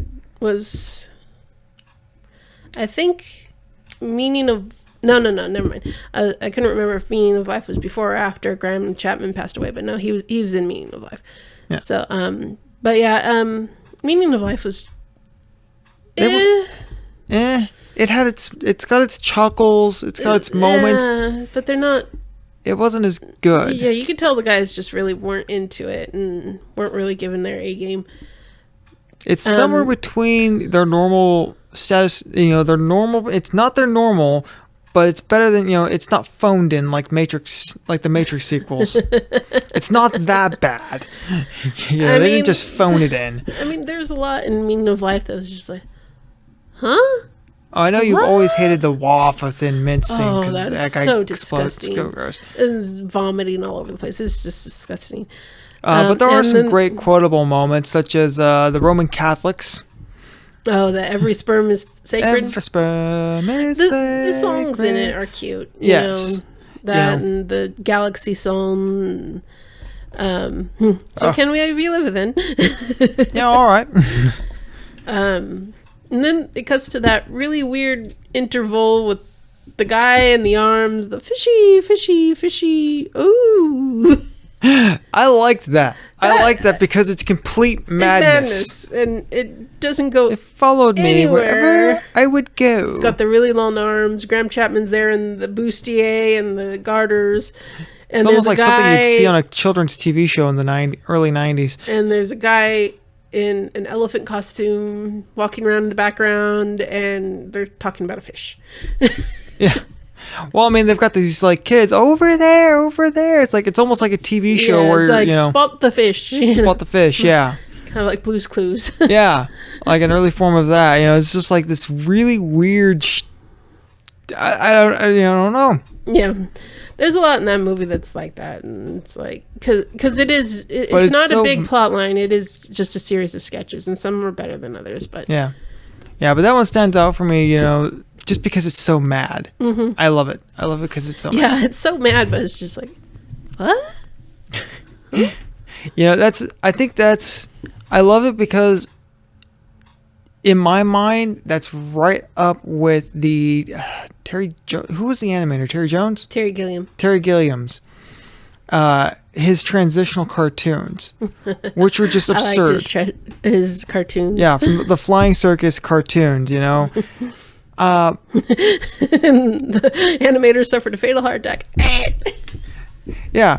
Well, I was watching, you know, his cartoons were, you know, they were complete madness, but they only served the purpose to transition from one sketch to the next. So they didn't have to make sense. And that's kind of what that scene did. It just kind of moved from one part of the movie to the next sketch. So it was just madness for madness sake, just to move from sketch to between scenes. Okay, I can see it like that. So I think that you know, it's kind of like a live action version of his animation. Okay, sure. I'm easy. We'll go with that. It is funny at the end, you know, when they get to death, and it's like you see this guy running. He's being chased by a bunch of women only wearing, you know, some bikini bottoms and helmets and knee pads, and he's like, he has been sentenced to death, and he got to choose the way in which he died, and he's being chased by these women off a cliff right into a dug grave. And just ashes to ashes. Yeah, there's the priest. Priest and the mourners are all there, and it's just that's the way he chose to go. I mean, if you gotta go, I mean, we can't all be as smart as that one jester. Oh yeah, it's like he got sentenced to death, but he got to choose the way he died, and he said old age. What was it? He came up behind the king. It was a French court. Yeah, he did something to humiliate the king. Yeah, he slapped him on the ass. Or something like that. He's like, how dare you? He's like, oh, sorry, my majesty, I mistook you for the queen. So yeah, I got sentenced to death, but, you know, because he had been such a loyal, you know, servant of the king and made him laugh so many times, he's like, well, I'll let you choose the way you die. And he said old age. So yeah, he beat the system, man. He beat the system. What do you do with that? Okay. Let him go. You know, when it's like, hey man, you made the rules. It's your game. I'm just playing it. It's like that time Art beating someone at their own game. Art, when I was at DPS, he asked me where I was born. And I said Oakland. He was like, well, then he told me I have to get rid of all my Giants stuff and start supporting the A's. Now I know he was doing this just to goad me, just to josh me. We were giving each other grief all the time, just being guys, and you know, he was just being funny. And so he's like, nah, that's your team. You were born in Oakland. You've got to support them. You got to wear the A's stuff. That's what you got to do. And I was like, wait a minute. Now Art was a Dodgers fan, but he wasn't born in LA. He was born in Mexico, wasn't he? Mexico City, to be exact. So I quickly walked over to my computer. Typity. Found the baseball team for Mexico City. Yeah, which I think was the Tomateros. Like, there you go, Art. There's your team. You have to get rid of all your Dodgers. No. Like, hey, your rules. I'm just playing by, man. I'm down if you are. Okay, no, man. Never mind. Chickening out, huh? Oh, chickening out, are we? Running away, eh? Oh, man. So, Monty Python's Flying Circus is a treasure. It really is. In fact, it actually won some sort of award. It's not just our opinion saying this is a treasure. It was a BAFTA award, which... Oops, wrong one. Hold on. I've got the Wikipedia article pulled up here. Collectively known... Come on, where is it? Do the rest of the show in an English accent. I'll try not to. Here it is. It was the 41st British Academy Film Awards. In 1988, Monty Python received the BAFTA Award for Outstanding British Contribution to Cinema. In 1998, they were awarded the AFI Star Award by the American Film Institute.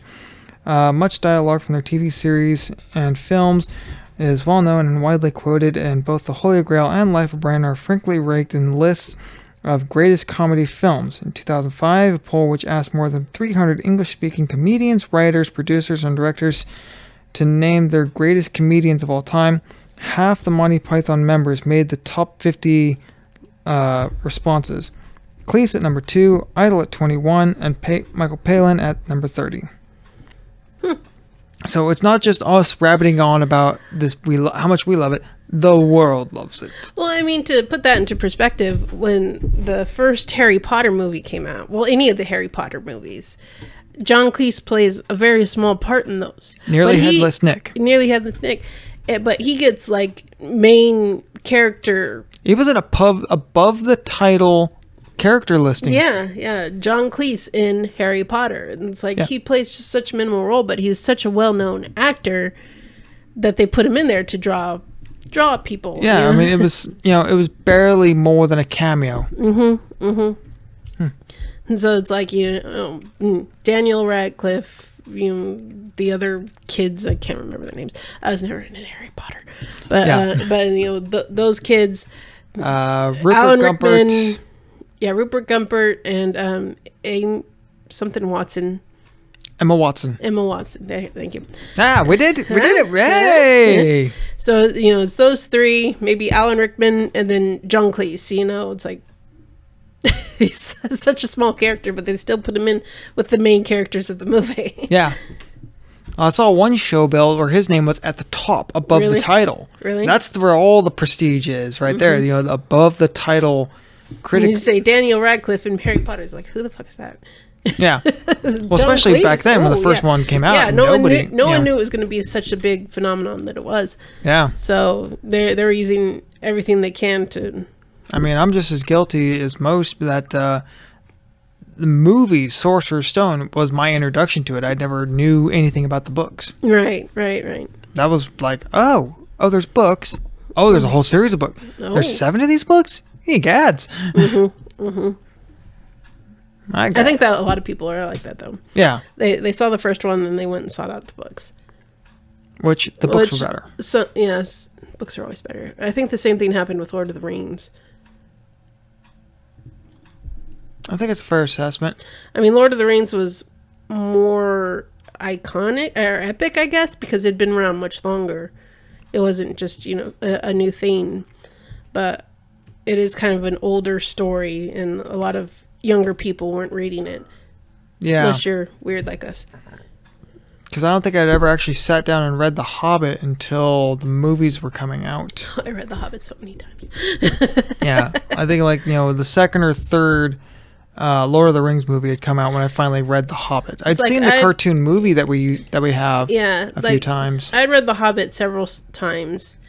I'd read The Fellowship of the Ring once and half of Two Towers when the movies came out. And I didn't finish Return of the King until after Return of the King came out. So... Yeah, in a situation like that, it's better to watch the movie first and then read the book, because if you do it in reverse, you will hate the movie. Yeah. You will hate the movie. And, Lord of the Rings didn't do too bad.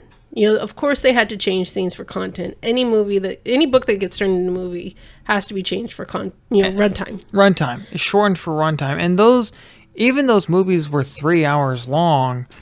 You could pack a lot in it, but the books were pretty weighty.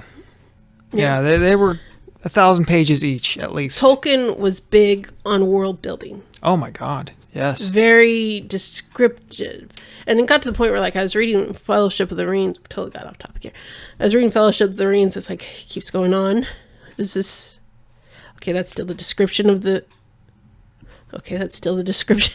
I mean, they bring that up in the ERB, Epic Rap Battles. Tolkien versus... Martin.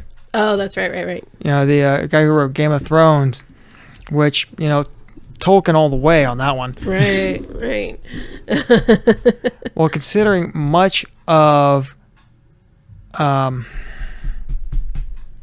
Hobbit, much of what happened in The Hobbit was inspired by people and events that happened around him, around Tolkien, and to Tolkien, during his time in the Great War. Right, he fought in World War One. He was right there at the Battle of Somme, which that was one of the big events of World War One.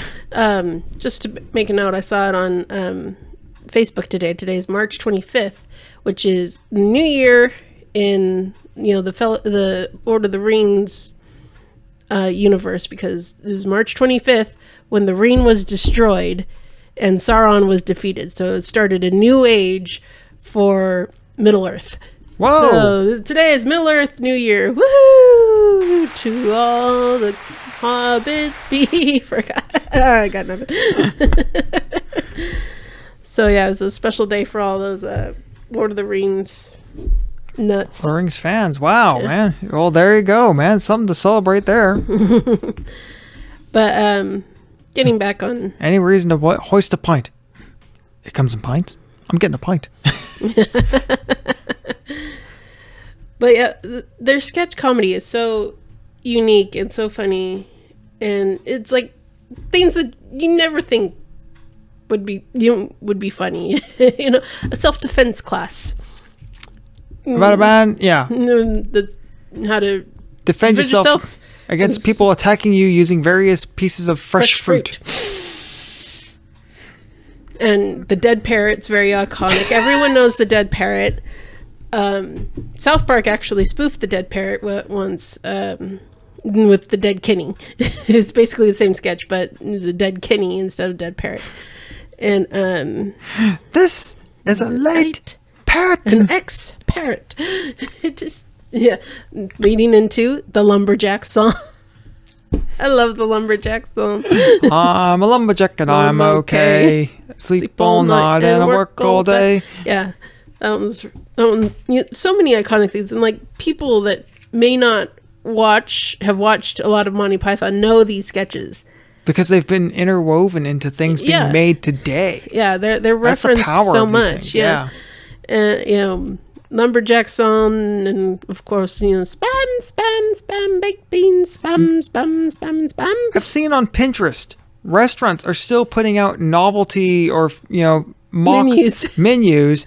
Listing that menu listed from that restaurant. Spam, eggs, bacon, and spam. Eggs, bacon, sausage, and spam. Spam, eggs, and of course, got the Vikings over there. Spam,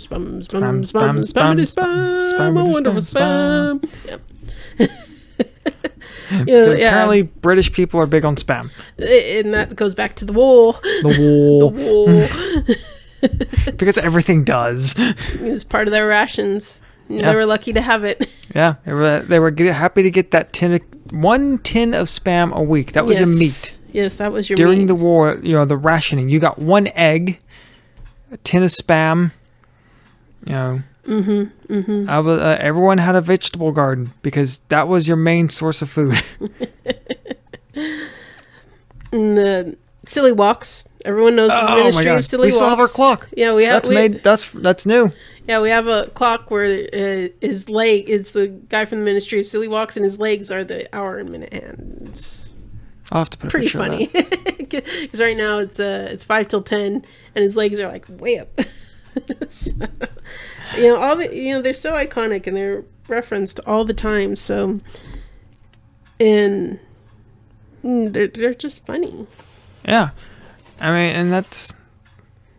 Oh no, there's one of my fates. He's got one hand covering up his eye. Oh yeah, the mountaineers. The mountaineers. The purpose of our expedition this year is to find the survivors of last year's expedition. Yes, they were to build a bridge between the two peaks of the Mounts Kilimanjaros.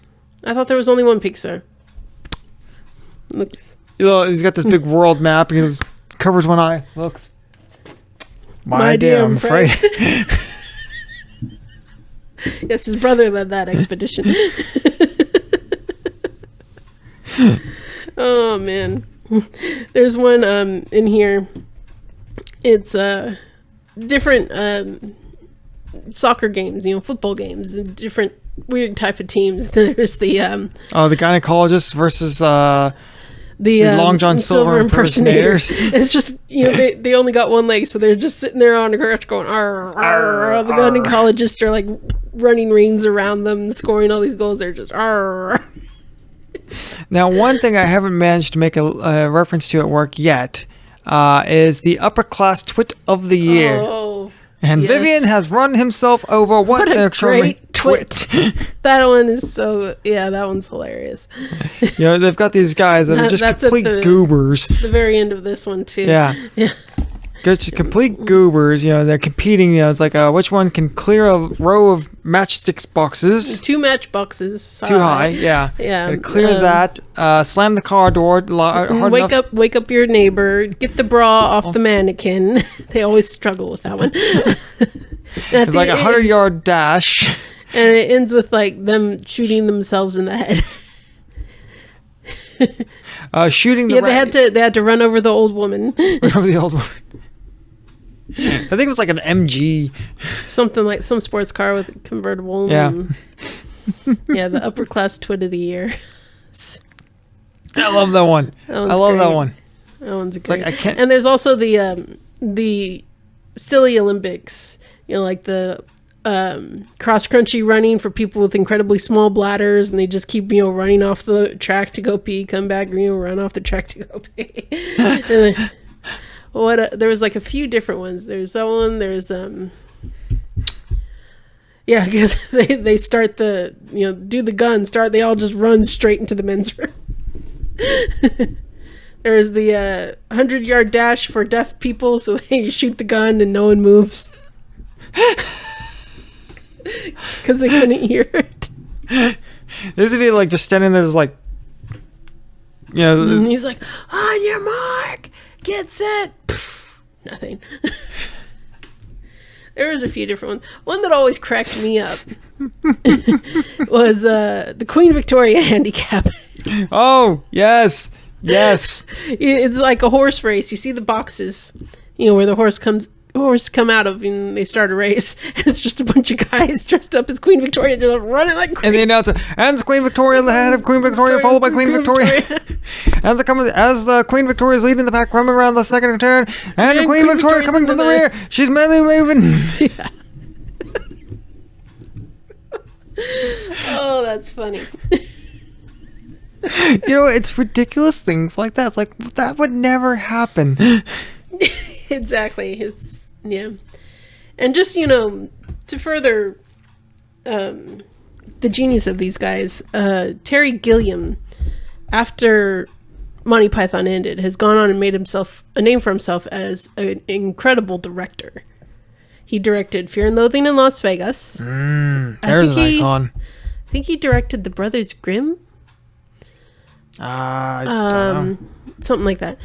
But he just recently directed a new movie, The Death of something.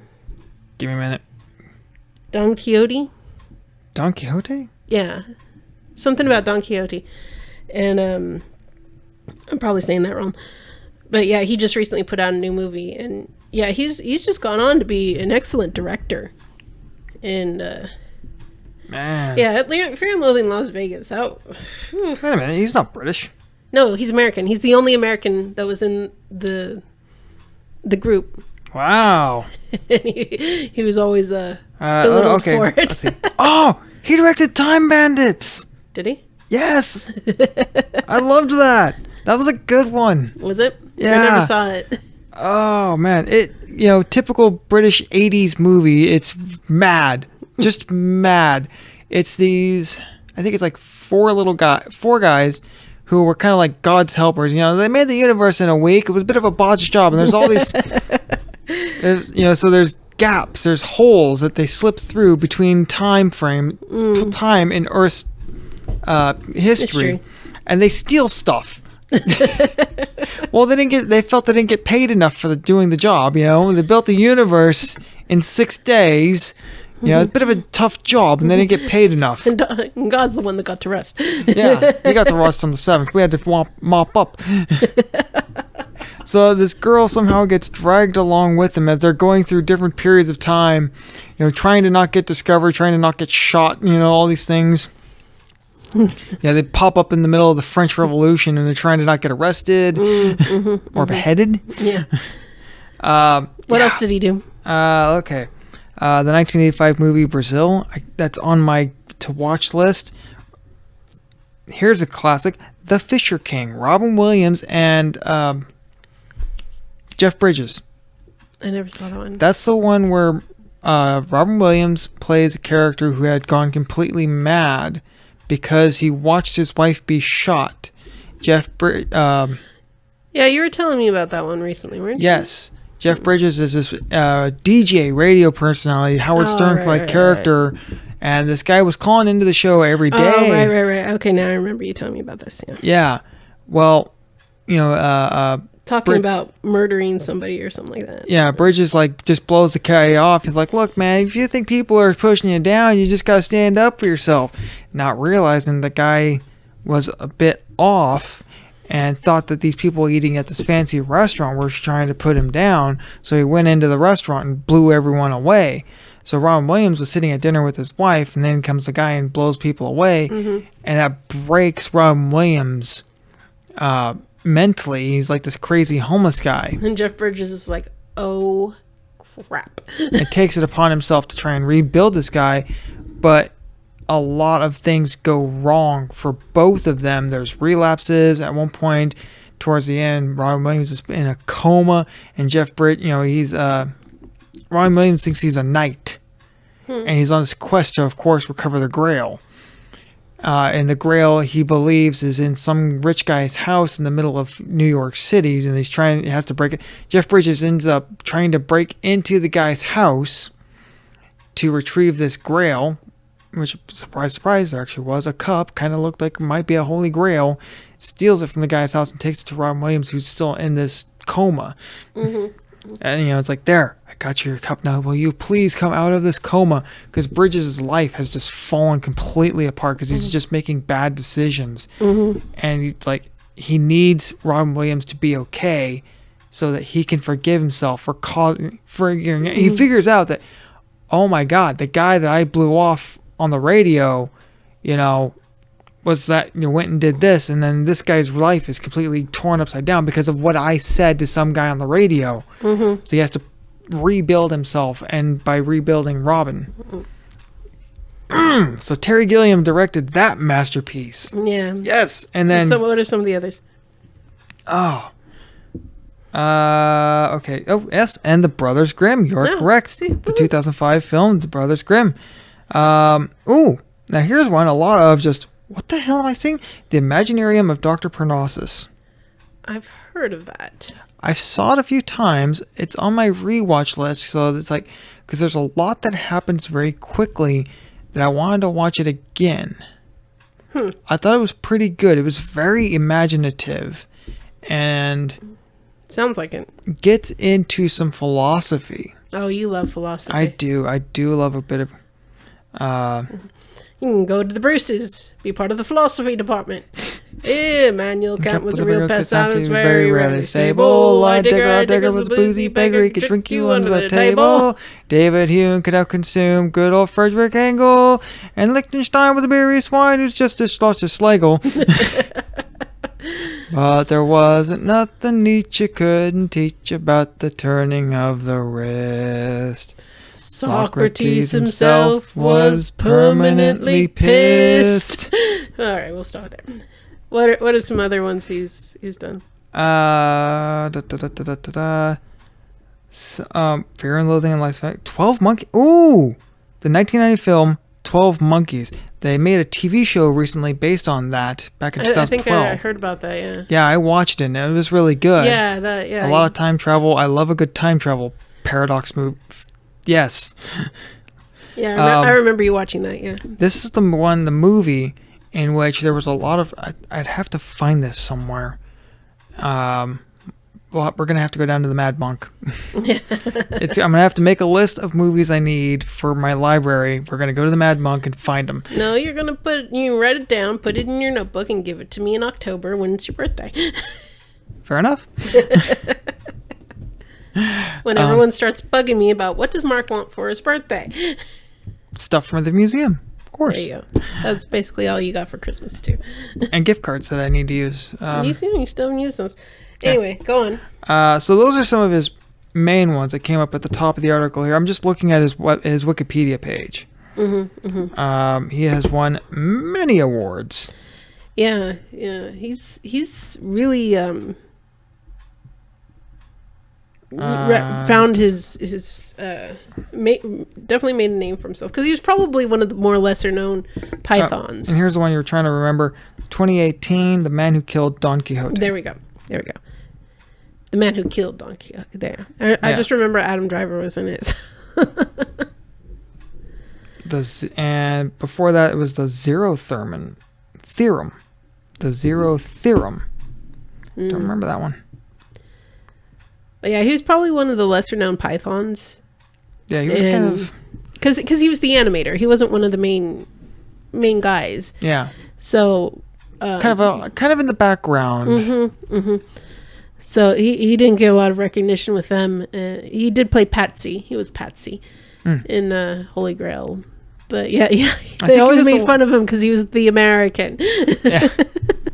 Well, I think he was the one that, in some behind-the-scene things we were talking about, I think it was Cleese describing, it's like, there was one guy he was describing, it's like, he was always kind of off in the corner in their writing sessions, that they couldn't bring him into it, but he was just kind of like, he'd throw something in.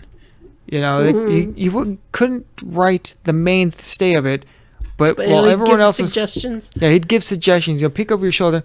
No, this line, I like this line more. You know, or why don't you have him do this, and it would work. You know. And he just had a very unique animation style. It's like you see a picture of something that he animated, you know it's him. You know what I mean? Yeah. His animation style is just so unique. And it seems so basic. It's just kind of moving still a lot of images around, you know, very South Parkian, or maybe South Park got that from them. I mean, you know, sometimes it seems that way, but I don't think it was. I think that's just how he animated it. Yeah. Like it seems like it's just paper cutouts moving around, but the way it's done is so weird and just like you'd swear he was dropping acid. Yeah, it's like you see a picture he drew, you know that's Monty Python or Terry Gilliam. Yeah, it's just so surreal. Surreal is about the only word you can really hang it on to. Yeah. So yeah, he went off and made it quite the name for himself being a director, which was cool because he gave us a lot of great stuff. Yeah. John Cleese is still out there acting. I think last I saw, I think he's the new Q in the James Bond series. Oh. You said Q, I was like, Star Trek? No. No, I think they're finally letting that character go. Yeah, he's doing a lot of, lesser acting because they're all getting pretty old. Yeah, Eric Idle pops up here and there. Michael Palin still funny. Yeah, Michael Palin still does. I don't think he's really doing that much. I know he got some awards for his travel documentaries and stuff like that, but Graham Chapman sadly passed away, and I don't know what Terry Jones is doing. I haven't seen him in anything for a long time. Give me a sec here. I think he's dead. Terry Jones? Yeah. Oh, you're right. 2020. He did pass away recently. Yeah. Oh, I remember that. Hey, he's Welsh. I completely forgot that he passed away. I guess I didn't want to believe it, so I just blocked it out of my memory. Colwyn Bay, Wales. So there you go. Two great things that have come out of Wales. Yeah. Well, there's many great things, but amongst the top there, Terrence Graham Perry Jones, and Tom Jones. This is all about the Joneses. The Joneses, yeah. Keeping up with the Joneses there. I wonder if John Paul Jones. Yeah. I mean, apparently Jones is a prominent name in Wales. Yeah. But anyway, well, I pretty much said everything I want to say about this. Is there any more you want to add to it? Man. There's so much. Wow, he worked on a lot of stuff. I just kind of got his filmography open here. He made lots of cameos on the Young Ones. Did he? Yeah. He was the vicar. He popped up here and a couple times, popped up here and there.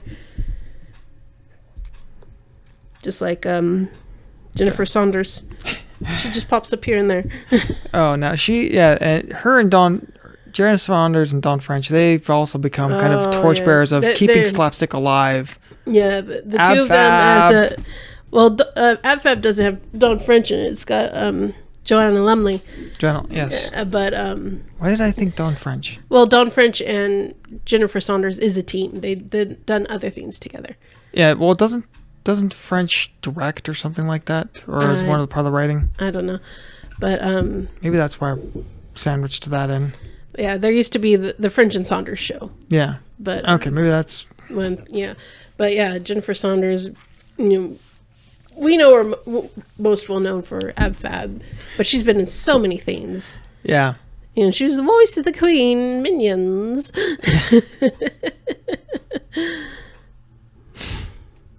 She just pops up there and then it's like, oh my god, that's her. She was in Muppets Treasure Island as the she was the tavern owner. yeah. I've watched that movie 100 times before you told me that. Yeah. Well, I mean, you can't recognize her. They uglied her up so much. And she's very pretty. Yeah. And yeah, they made her really bad in that movie. Muppet Treasure Island is, one of our favorites. Yeah, we're going to have to talk about Muppets one of these days. Just our favorite thing, Muppet stuff. It'll probably just revolve around Muppets Treasure Island and Muppets Christmas Carol. Muppet Vision 3D. Yeah. Yeah, I mean, yeah. I mean, that's the top three right there. That's the top three right there. Yeah. I miss Muppet Vision 3D. It was fun. Well, it's getting quite late. It is quite late, and we've rambled on for a good while about how great Monty Python is, but, be the judge of yourself. Are you the ones that absolutely love it or absolutely hate it? Go give it a try and let us know. Yeah. Email me at discussionswithdavis@yahoo.com. We're available through Spotify, YouTube, and Rumble. So however you got here, thanks for being here and thanks for sticking around. And listening to us ramble. And I hope we have enticed you, and we entreat you. We beseech you for your own benefit to partake of these glorious wares. Yes, if you're just starting out to Monty Python, you've never seen it before, want to check it out, start with Holy Grail, and now for something completely different, because this is a great example of their movie making, and this is a great example of their sketch comedy, that they put in the Flying Circus. So yeah, these two are the good go-tos for if you're just starting out. Yeah, and something completely different is kind of it's like a best of. It's a best of. Yeah, that they took and polished up. I kind of want to go watch this now. Yeah, it's too late.